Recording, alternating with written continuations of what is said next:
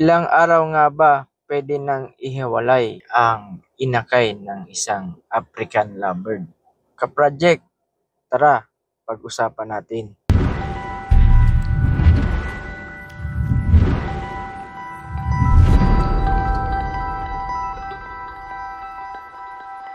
Disclaimer: hindi po ako eksperto sa larangan ng pag-iibon. Ang pagtuturong ito ayon lamang sa aking karanasan at sa tulong ng kapwa mag-iibon. Good morning mga ka-project. Today's video, pag-usapan muna natin kung kailan natin pwedeng ihiwalay yung mga bagong painakay natin. So, yung pinaka-ideal na pagbaba ng mga bagong painakay, nagsisimula yan sa 45 days at maximum of 60 days o yung 2 months. Sa ganitong edad, kumpleto na yung feathers nila at nagsisimula na yan tumuka ng seeds o yung patuka natin.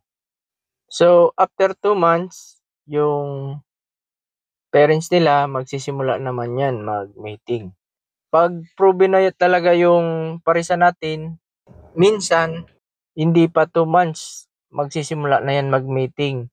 Kaya dapat sa ganitong edad ng mga bagong painakay natin ay mamonitor natin kung inaaway na ba ng kanilang parents. Ibig sabihin, pag inaaway na ng kanilang parents, ay magsisimula na ulit yung parents nila o yung hen na mangitlog.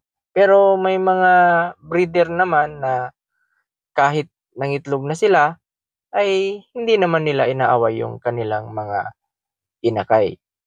Kaya mas maganda kung umabot sila ng 2 months sa kanilang parents.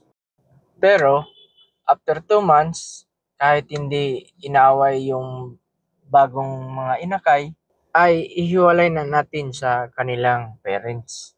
Para kung may panibagong itlog na yung parents, ay hindi sila makasagabal o para makabelo yung parents sa paglimlim ng bagong itlog. So, sa paghiwalay naman ng mga bagong painakay natin, dito sa aking munting ibunan, hindi ko sila sinasama sa mga medyo matured na ibon kasi minsan kung wala tayong available na flight cage, minsan prone sila sa bully ng mga matured na ibon. Kaya mas maganda pa rin na mayroon tayong flight cage para sa mga matured na ibon at mayroon din tayong nursery cage o yung mga bagong pababa natin, doon natin ilalagay din sa ibang cage para yung magkakaedad lang din sila para iwas bully sa kapwa ibon.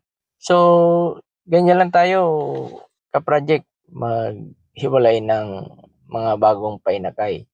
So, yan lang mga ka-project. Sana may natutunan naman tayo sa ating munting video.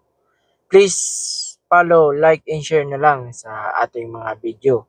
So, thank you for watching mga ka-project. Salamat.